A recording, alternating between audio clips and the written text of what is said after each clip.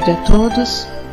Vamos nesse momento nos ligando com o nosso mentor individual, com a espiritualidade amiga desta casa, com Joana de Ângeles, Irmã Rosário, Irmã Teresa, e agradecer a todos pelo carinho, pela amizade, pelo acolhimento.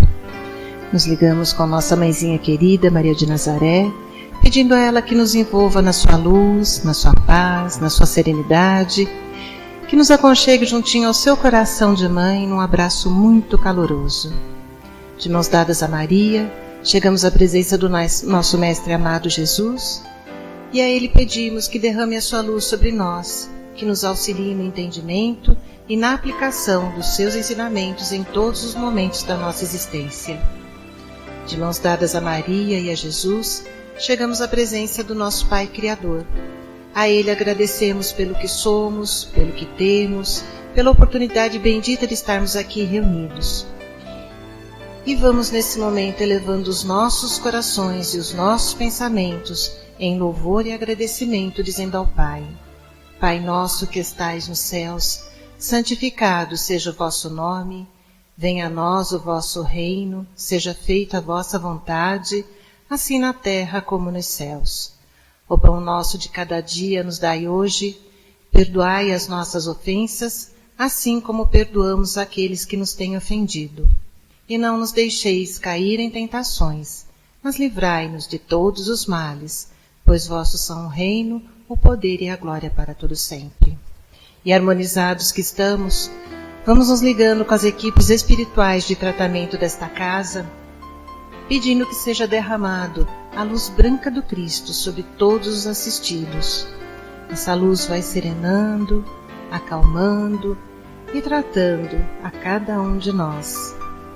Pedimos às equipes de P2 que projetem a luz azul sobre todos nós. Essa luz vai percorrendo o sistema nervoso central, tratando cada um dos centros de força, trazendo todos eles no equilíbrio. Pedimos às equipes de CH que projetem a luz rosa no coração de cada um dos assistidos. Essa luz vai serenando, acalmando esse cardíaco, fortalecendo a fé e a confiança em cada um de nós. Nos ligamos com as equipes de P3B e pedimos a projeção da luz branca do Cristo, de um azul muito intenso que envolverá o coração e a mente de cada assistido. Pedimos também que sejam feitos todos os cortes de ligação que se fizerem necessários, que essas energias sejam levadas para o astral para o tratamento mais adequado. E vamos projetando um azul muito intenso em todo o sistema nervoso central e periférico, neurovegetativo, um rosa claro no cardíaco para aumentar a força, a confiança, a fé, um amarelo claro no frontal para ter pensamentos positivos, maior ligação com o mentor individual e força de vontade. E pedimos uma cúpula rosa clara vibrante da cabeça aos pés, envolvendo todos os assistidos de P3B. Aos assistidos de saúde, pedimos a projeção das cores do arco-íris, fazendo como uma cúpula protetora, envolvendo cada um desses assistidos pelo tempo que se fizer necessário. Que assim seja, Senhor. Graças a Deus. Convidamos a todos para que assistam neste momento a palestra que será colocada no ar. Que assim seja. E é com muito amor e carinho que vamos envolver o Marco Caldana para mais uma palestra da noite. Que assim seja.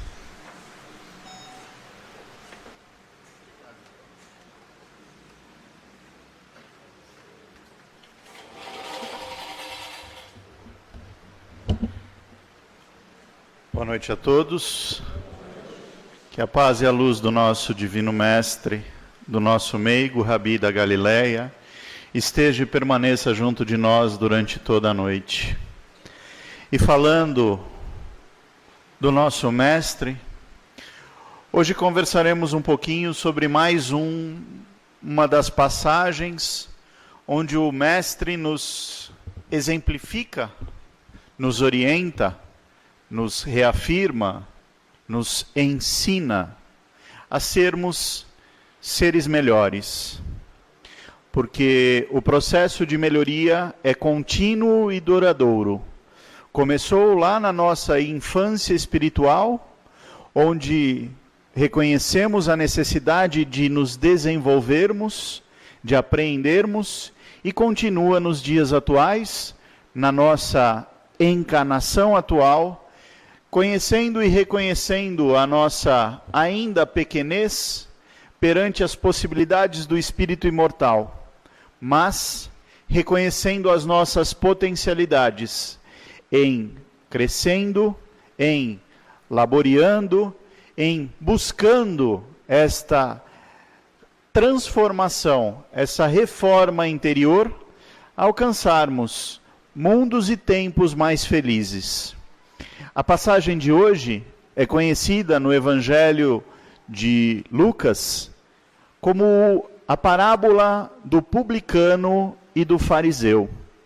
E vou pedir a liberdade dos senhores e senhoras de ler na íntegra o pequeno trecho, para que a gente possa aferir os conhecimentos dessa passagem e refletir sobre algumas das possibilidades que o Cristo nos trouxe. E diz então: e disse também esta parábola a uns que confiavam em si mesmo, crendo que eram justos e desprezando aos outros. 2 homens subiram ao templo a orar, um fariseu e um outro, publicano.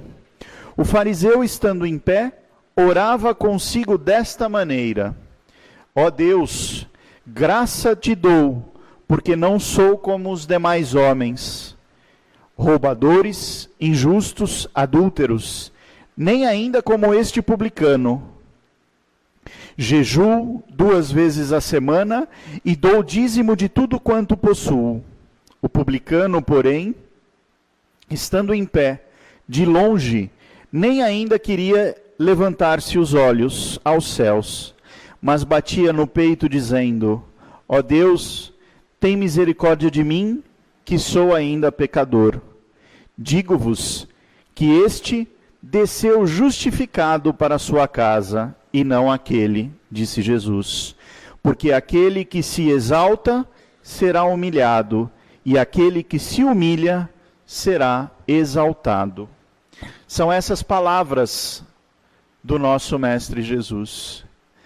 E uma infinidade de reflexões podem nos trazer à luz da razão, à luz da compreensão, os fatos narrados pelo Cristo. Vamos às que julgamos principais.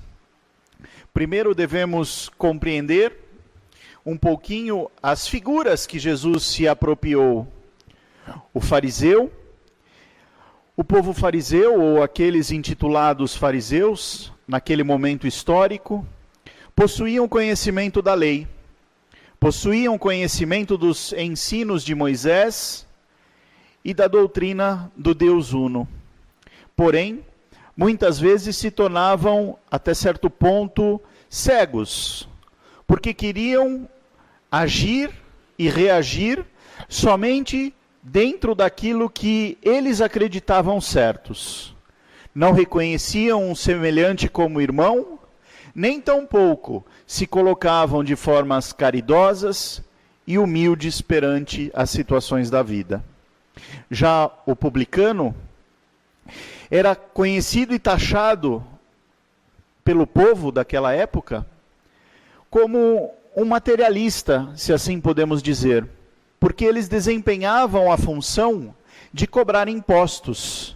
Eram eles que iam de localidade em localidade, de casa em casa, aferindo os impostos sobre as plantações, sobre a cultura e o cultivo de plantas, de animais, a pecuária e assim por diante, aos artesãos, e disso tiravam do povo uma parte, uma parcela, destinando ao Império Romano. E aí Jesus usa esses 2 elementos para nos colocar em xeque como nós agimos quando vamos a orar. ele fala que ambos adentraram ao templo, uma casa de oração, a casa de Deus, como os antigos identificavam, e como ainda até hoje muitos julgam os templos, as igrejas, as sinagogas e assim por diante. E entraram os dois, simultaneamente.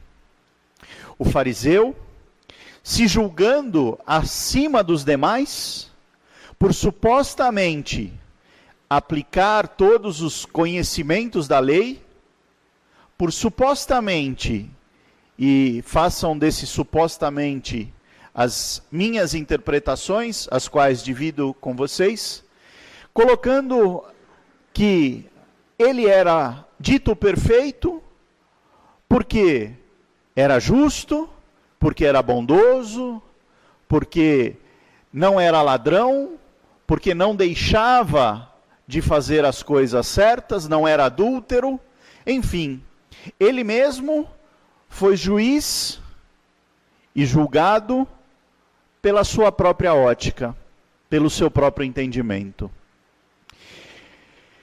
Podemos interpretar esta colocação, esta ordenação do nosso personagem fariseu, como atualmente muitos orgulhosos se colocam perante a vida, sabendo ou supostamente achando serem eles sabedores de toda a verdade, conhecedores de tudo e de todos.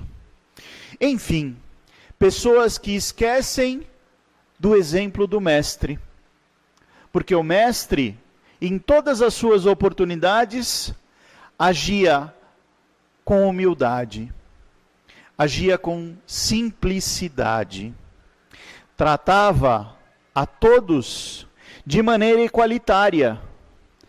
Sabia ele ser um espírito evoluído perante a humanidade. E em momento algum, ele se autoproclamou ou se autoconsiderou superior a ninguém. Tratava a todos com simplicidade, com um olhar afetuoso, com caridade, com fraternidade. Conceitos esses que nos dias atuais, muitas vezes, faltam à humanidade, não é mesmo? Muitas vezes vemos e agimos perante aos nossos próximos, à sociedade, aos nossos vizinhos, ou até mesmo a pessoas que hoje encarnam em situações mais difíceis, em provas e em expiações, e nós nos colocamos de forma diferenciada. Nós, usando um tema atual, uma forma atual de falar, nos achamos superiores e supremados.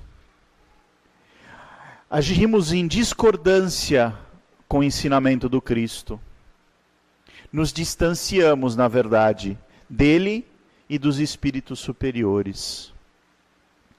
Em contrapartida, o outro personagem do conto, o publicano, que supostamente, ou na visão do fariseu, possuía uma vida indigna, por ser ele cobrador de impostos, por ser ele alguém muito mais próximo do material, do mundo material, do que do mundo espiritual, julgado por alguém que não o conhecia, simplesmente pela aparência. E sabemos que um bom livro não se conhece só pela capa.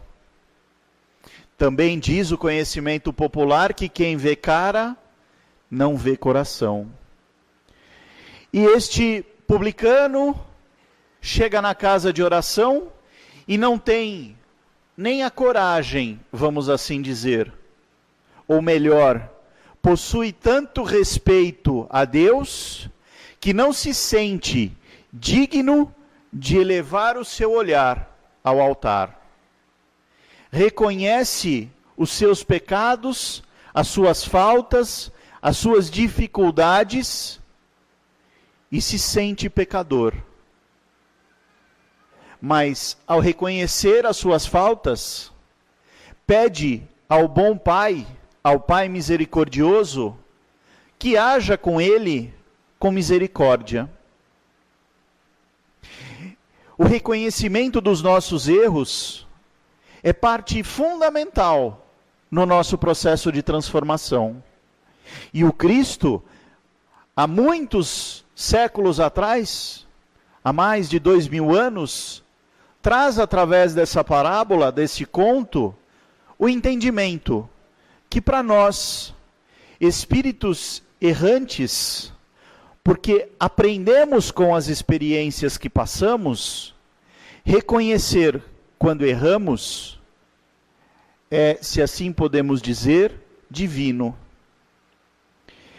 Reconhecer quando agimos incorretamente, quando pensamos de uma forma equivocada, quando julgamos e não deveríamos ter o feito, é o primeiro passo para transformar as nossas ações. Porque tão difícil é para o ser humano se transformar, se reformar, que se não reconhecer as suas faltas, poderíamos dizer que é quase impossível este processo acontecer.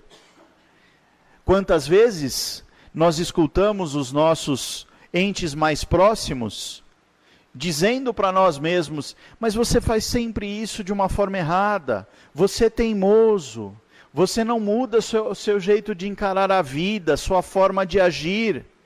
E a gente se mantém firme: eu estou certo. Até o momento que a nossa consciência reconhece o erro. Alguns, neste processo de reconhecimento, usam este momento e se transformam, se modificam e continuam um processo de evolução. Outros mantêm aquela posição: putz, agora eu sei que eu estou errado, mas não vou dar a mão à palmatória. Vou manter a minha posição como se eu não tivesse em erro. Ó o orgulho aí se movimentando. Ó o orgulho do fariseu, ainda nos tempos presentes, se mostrando em irmãos e em irmãs no caminho da evolução. Reconhecer o orgulho e reconhecer que no orgulho nós desperdiçamos as maiores oportunidades de crescimento espiritual, que nestas situações nós dificultamos, se assim podemos dizer, o nosso caminho de transformação, é a mais pura verdade. No orgulho, em todas as suas facetas, estão a essência da maior parte dos problemas da humanidade. Nações entram em guerra por orgulho de superioridade. Pessoas morrem por orgulho de não reconhecer a igualdade entre povos e entre irmãos. O orgulho de se achar o soberano, o onipotente, o maioral, faz com que ainda nos tempos atuais haja choro e ranger de dentes, haja sangue derrubado de irmãos, porque todos nós somos irmãos, porque não aprendemos ainda a sermos humildes e reconhecer em nossos irmãos uma única fraternidade, uma única irmandade. Somos todos semelhantes, independentes do nosso credo, da nossa cor, da nossa raça, da nossa origem. Jesus agiu com amor para com tudo e para com todos. E nós ainda não conseguimos reconhecer este processo. Jesus é tão atual, mas tão atual, que este texto contado há mais de 2000 anos poderia representar situações vividas no presente. Éramos só trocar os nomes, publicano, fariseu, e assim por diante, e encontraríamos nações contra nações, religiões contra religiões, simplesmente pelo orgulho. O orgulho gangrena a natureza humana. O orgulho dissipa o amor. E é por isso que, no aprendizado do ser imortal, é tão importante trabalharmos e alcançarmos a compreensão do nosso espírito para nos afastarmos de pensamentos orgulhosos e nos colocarmos mais humildes perante a vida e o Criador. A terceira reflexão que podemos fazer neste entendimento de como se portou o fariseu, de como se portou o publicano, de como nós nos portamos quando conversamos com Deus, está justamente na prece. A prece, independente da religião, independente da forma como cada um queira alcançar este elo de ligação com a energia superior que nós chamamos de Deus, e que é, para nós e para toda a humanidade, um ser único, soberanamente justo e bom, como nós realizamos as nossas conversas com o Pai? Será que estamos mais perto da humildade ou do orgulho? Será que nos lembramos de agradecer, mesmo quando temos que solicitar, quando temos que pedir? Mas, mesmo ao pedir, usamos da humildade a forma de alcançar ao Pai? Ou nos colocamos com este pensamento orgulhoso, dominador, esperando que Deus faça e haja segundo as nossas vontades? Seria esse um ledo engano? Será que todas as vezes que não compreendemos que a vontade do Pai é que sejamos felizes, mesmo que para isso tenhamos que passar por alguns momentos de sofrimento, de dificuldades, de dores, será que não precisamos ampliar um pouco a nossa visão de vida e de eternidade, para sabermos que, como tudo se dá pelo que fizemos, a lei de causa e efeito rege o universo, e que se sofremos hoje, estamos reparando um sofrimento que quiçá fizemos a alguém no passado, mas que acima de tudo estamos compreendendo e apreendendo nesse processo, porque a vida é uma grande escola.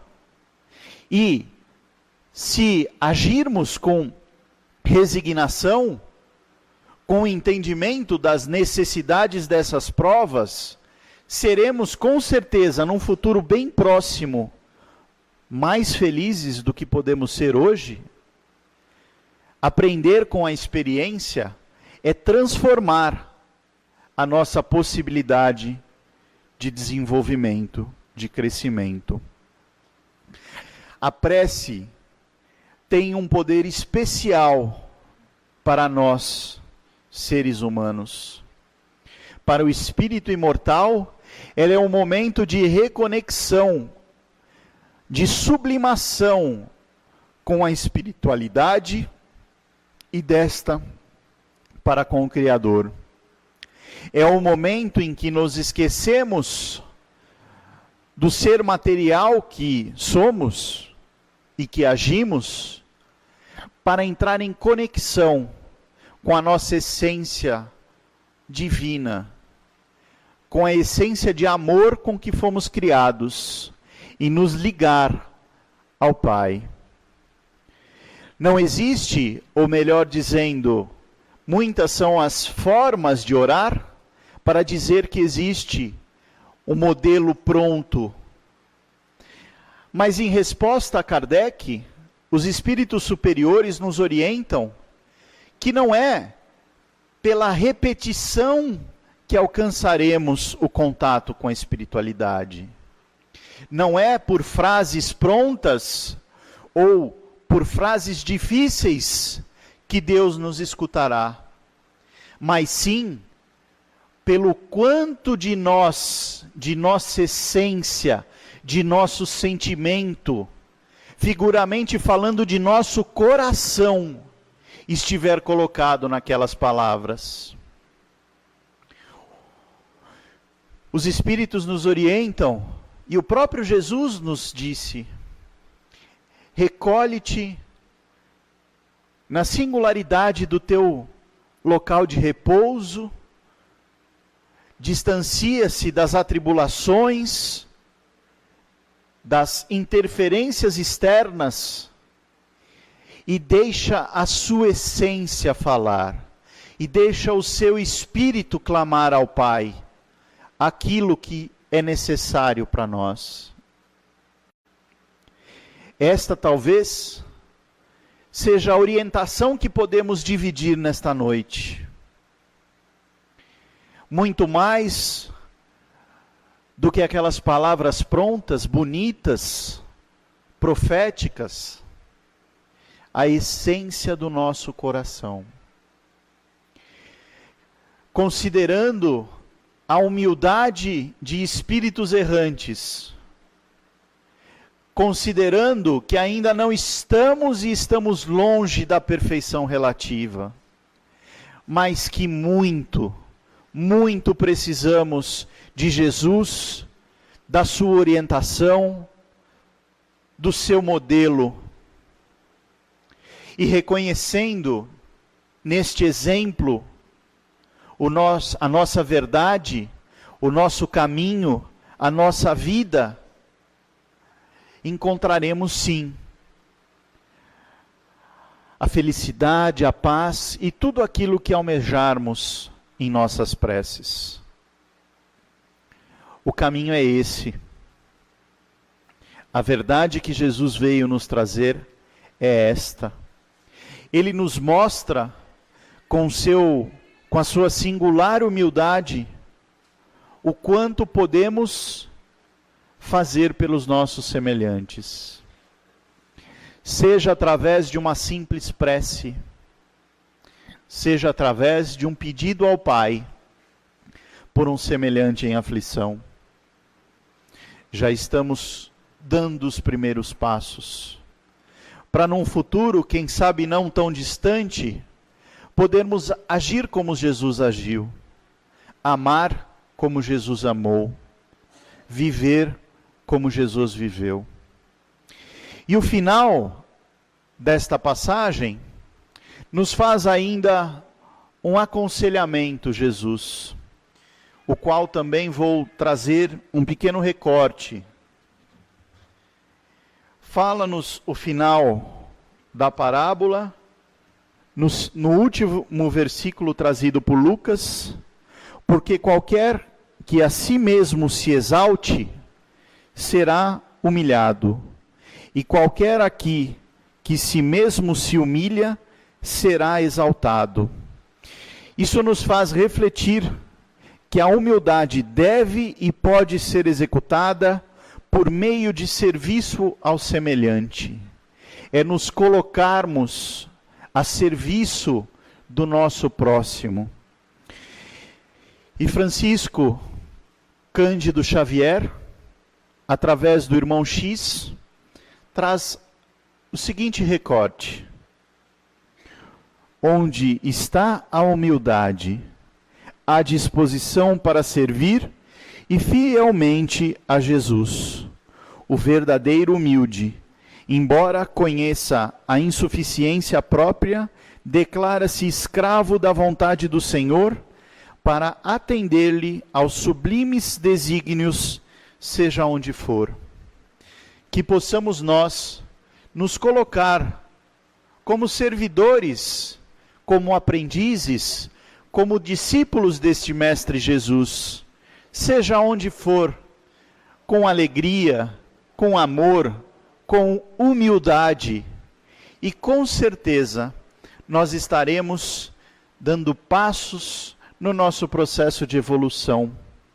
Com certeza estaremos trazendo para nós mais alegria, mais felicidade, estaremos nos aproximando da espiritualidade amiga e vivendo de uma forma mais leve, sejam quantas forem as atribulações que nos cercam. Que Jesus possa ser e continuar sendo, e ser por toda a eternidade o nosso divino modelo, para que possamos um dia, junto dele, auxiliar em sua obra, e quiçá este dia não seja a partir de hoje. Fica o convite, fica a reflexão, fica o amor do Mestre em nossos corações, e que este amor nos une e nos envolva por todo sempre. Que assim seja.